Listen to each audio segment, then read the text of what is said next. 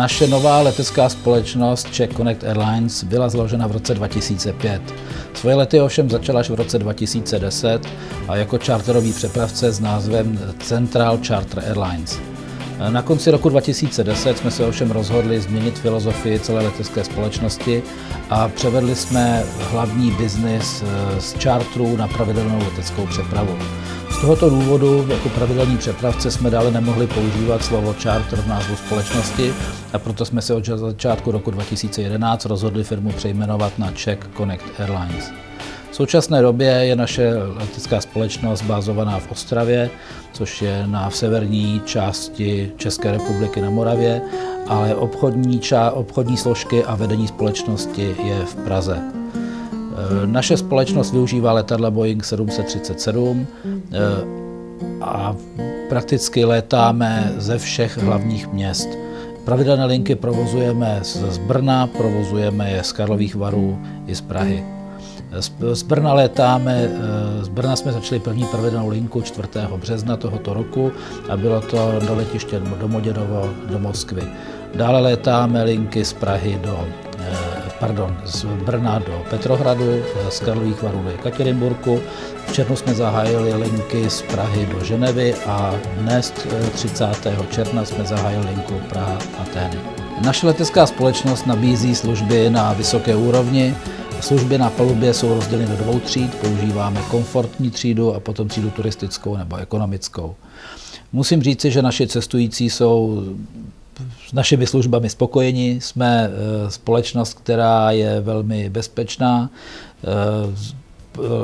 V současné době podstupujeme proces IOSA, což je IATA Operational Safety Audit, a po získání tohoto certifikátu se staneme rovnocennou společností, pokud se týká bezpečnosti a kvality společnostem, jako je například Sibiř nebo Aeroflot nebo jiným evropským leteckým dopravcům. Pokud se týká struktury cestujících, tak na linkách mezi Brnem a Ruskem, mezi teda Brnem a Moskvou, Brnem a Petrohradem, jsou z 90% Rusové.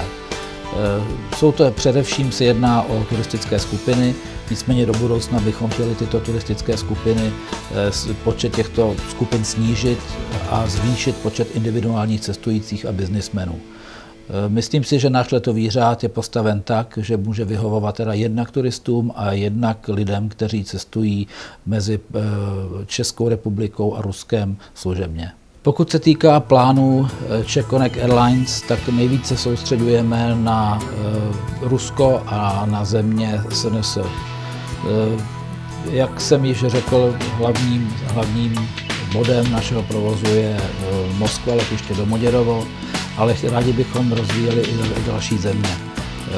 Na září předpokládáme zahájení linky z Prahy do Jerevanu v Arménii a dále připravujeme i linky do jiných zemí ve střední Asii, ale to všechno závisí na obnově našeho letadlového parku, kdybychom měli dostat letadlo, které umožňuje větší dolet. Pokud se týká kvality, jak jsem již sdělil, tak můžeme nabídnout opravdu velmi dobrou úroveň a naši cestující se na naší palubě opravdu budou cítit báječně a spokojeně. Chci dodat, pokud se týká distribuce našeho produktu, tak využíváme jednak ruský rezervační systém Sirena a dále používáme distribuční systémy Amadeus a Galileo, které jsou známé v celé Evropě.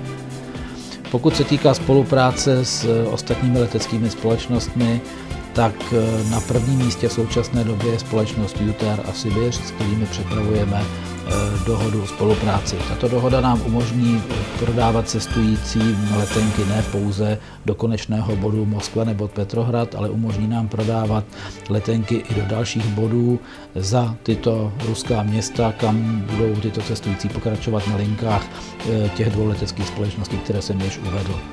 Spolupráce s cizími dopravci nám umožňuje členství v Multilateral Interline Traffic Agreements, což je jatovský panel, kde se sdružují prakticky všichni hlavní dopravci a v rámci tohoto panelu navazují tzv. interlineovou spolupráci, to znamená, že si tyto společnosti mohou jednoduše předávat svoje cestující. Rádi bychom samozřejmě rozvíjeli i spolupráci nejenom s ruskými společnostmi, ale i společnostmi v rámci Evropy. A nyní pro vaši informaci v souvislosti se zahájením provozu do Athén jsme zatím nejdál v jednání se společností Olympic Airlines v Řecku.